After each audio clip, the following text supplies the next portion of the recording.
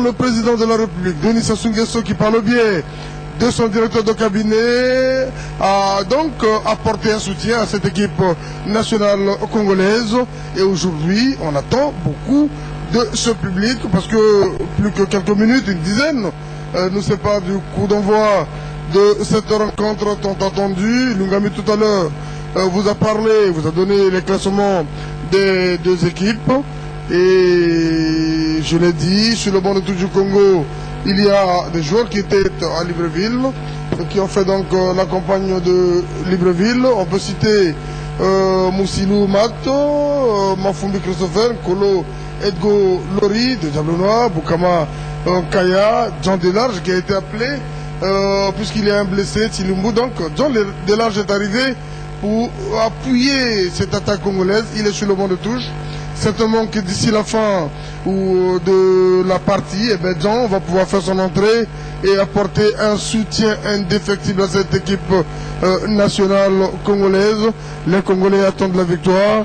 Alain Pasteur cet après-midi, une victoire est possible ici au stade municipal de Pointe-Noire. Tout est possible, impossible n'est pas congolais, Robert. Le stade s'est habillé comme toujours en vert, jaune et rouge, les couleurs de notre patrie. Le drapeau tricolore flotte majestueusement de l'autre côté de la rampe là-bas, devant la tribune face. C'est dire que le Congolais ou tous les Congolais sont liés à bon. Les Congolais ont tenu bon et donc ce résultat de 0 but partout a été bénéfique, ce qui a réconforté la place du Congo.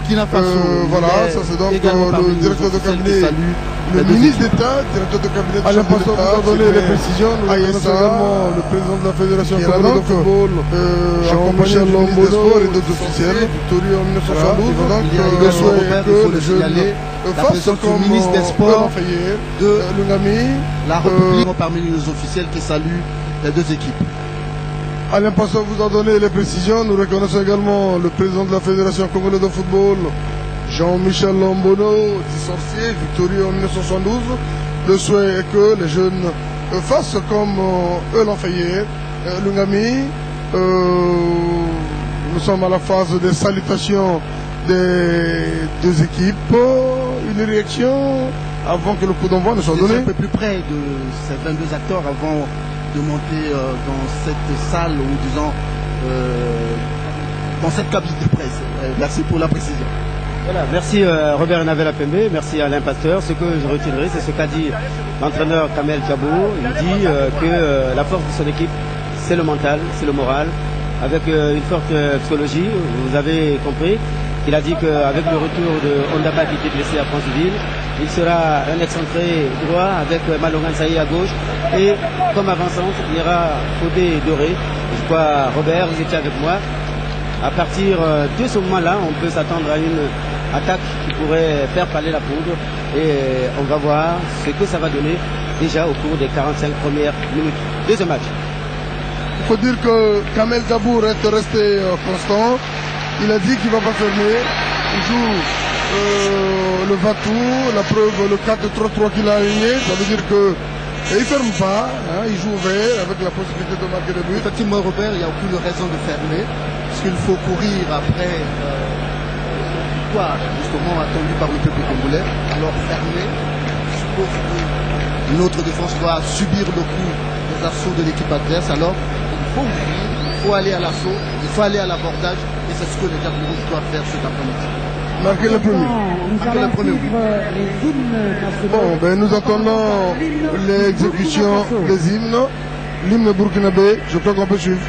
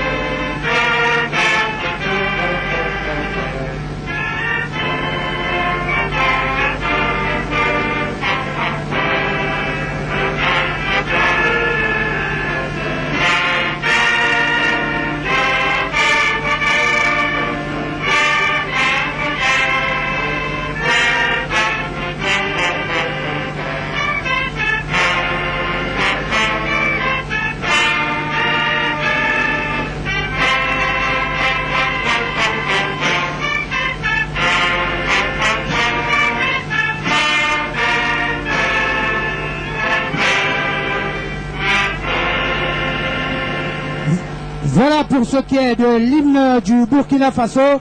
Amis sportifs, nous venons donc de suivre cet hymne du Burkina Faso. Et place à présent, amis sportifs, vous qui êtes venus très nombreux dans ce stade, nous allons maintenant écouter l'hymne de la République du Congo, Brazzaville.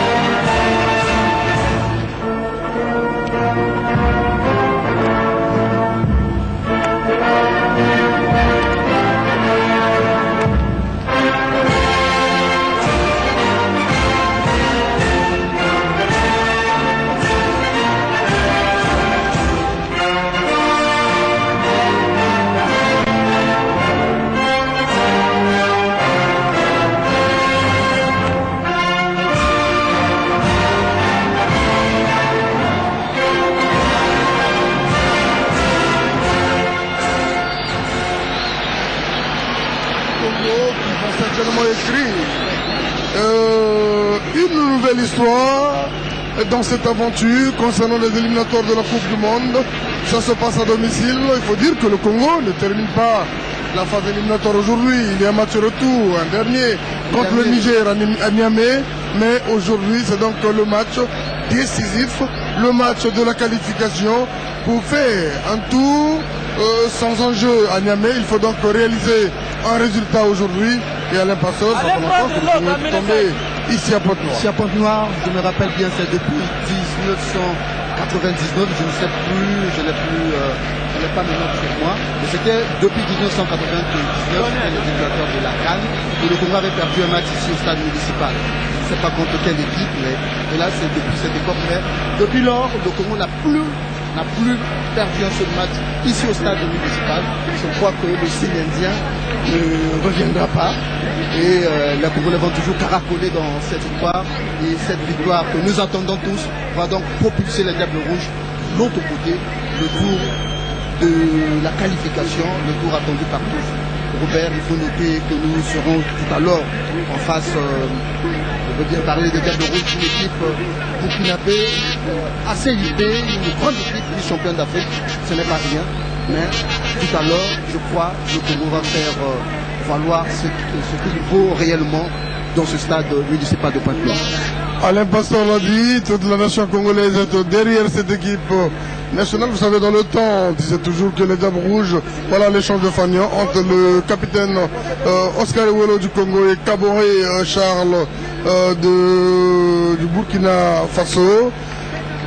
Je disais que dans le temps, on se plaignait de la préparation des moyens qui n'étaient pas sérieusement mis à la disposition des Diables Rouges, mais depuis un moment, vous savez, les Congolais sont bien entretenus. Je fais allusion aux joueurs, avec l'implication personnelle du président de la République, lui qui aime le beau football, qui aime le Brésil. Il veut à tout prix que son équipe se retrouve au Brésil. Ça fera doublement plaisir. Et aujourd'hui, je sais qu'il est devant son petit écran pour suivre ce match et accompagner dans les prières cette équipe du Congo qui a besoin de tout le monde. Tout le monde doit apporter son soutien parce que la victoire est là, concerne la nation. Plus que jamais, voilà. La nation en communion avec les Diables Rouges. Le Gami. Et Robert, il y a un an que les deux équipes s'étaient retrouvées. Le match aller, c'était le 2 juin 2012 au stade du 4 août de Ouagadougou. Et le match avait été joué en nocturne, c'est-à-dire à partir de 18h heure locale. Un an après, nous sommes le 15 juin 2013. C'est l'après-midi, ce n'est pas en nocturne que ce match va se dérouler entre les Diables Rouges du Congo et les étalons du Burkina Faso. Le gardien de but lors du match aller, c'était Soulama Abdoulaye, Dossard 16. Aujourd'hui, c'est Diakité Daouda du côté du Burkina Faso. et Pitroipa Jonathan, l'auteur de l'unique but de l'équipe du Burkina Faso il y a quelques jours à Niamey face au MENA national du Niger. Il était remplaçant, tout comme aujourd'hui il est, et il avait remplacé Abdou Razak Traoré, Dossard 21. Le décor est donc planté, Robert Enavel Apembe. Le public congolais, les fanatiques de l'équipe congolaise nous ont émerveillés il y a une semaine à Franceville, et vous revoyez toute cette ambiance. Nous avons de la chair de poule, c'est très beau. Ce que ce public a démontré en soutenant Léopard, c'est ce que ce même public nous démontre ici avec beaucoup de bonheur devant les Diables Rouges du Congo, notre pays en éliminatoire de la Coupe du Monde. Lingami, nous attendons le coup d'envoi. Voilà donc l'arbitre central Chikongo Reynolds de la Namibie. Le public congolais donne de la voix. On attend 15h30. Voilà, le coup d'envoi a été donné par cette équipe du Burkina Faso. Les Burkinabés, dans leur popcorn, gardent le contrôle du ballon. Ils ont tenté donc de jouer avec l'ailier droit, mais il n'a pas pu se saisir du ballon. C'est donc une rentrée de touche pour cette équipe des Diables Rouges. Lungami. On va donc suivre cette première action congolaise. Oui. Ouais, c'est une montée, une rentrée de touche. Une rentrée en touche côté gauche. On a du mal à distinguer les joueurs sur ces images à partir de notre moniteur. Ce sont les Burkinabés sur le flanc droit. Ils vont tenter un premier centre. Il faut faire extrêmement attention. Et un premier tir. Et c'est un premier corner. Un corner matinal, lui. Par Makita Papou, je crois. Rejoué à la Rémoise. Et première balle arrêtée par Barel Moko.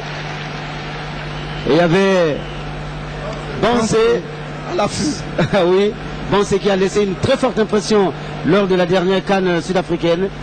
Nous l'avons dit, les étalons du Burkina Faso avaient joué, disputé la finale, perdu devant les Aigles, les Super Eagles du Nigeria, et c'est déjà un bon résultat que d'arriver en finale de cette Coupe d'Afrique des Nations de football.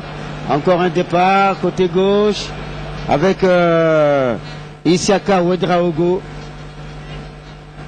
Les Congolais vont pouvoir se dégager avec Richard, Oscar et Olo. Ils sont deux sur Isiaka et ils obtiennent une rentrée en touche. Il faut dire que les Burkinabés ont commencé en grande pompe cette activité, ce match de cet après-midi.